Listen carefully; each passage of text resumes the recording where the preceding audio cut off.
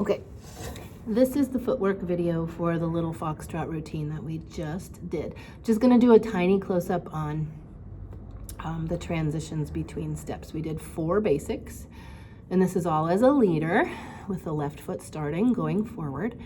Then we did 4 open basics or promenade type steps.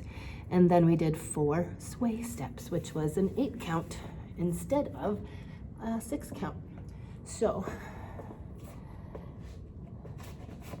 okay, footwork for the basic, quiet and gliding. So heel toe. And the sway step, or our side together step, is very much kind of a brushing motion.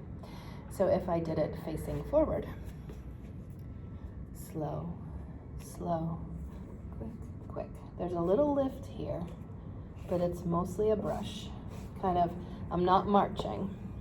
I'm gliding. I'm really pushing off of the one foot to land on the other. Slow, slow, quick, quick. Our promenade step, my upper body is turning toward the wall. I'm still going slow, slow. Uh-oh, this isn't going to work very well. Our promenade step, let me travel toward you, is slow, slow. Then we turn toward the outside wall. Quick, quick. So it's a little quarter turn. If I did it facing this way, I'm going to turn backward.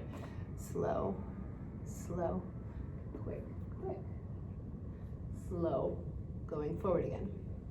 Okay? And then the sway step. Again, that brush. Slow, slow, quick, quick, quick, quick, slow. So if we are doing, as a leader, left foot first, it's left sway, right sway, left and left. Left again. So that transition between the sway, the quick, quick, quick, quick, and the next sway can be really challenging for your brain, which is good. It helps keep you on your toes, literally and figuratively. If you have any questions, send me a note, and have fun playing around and dancing to music, always better.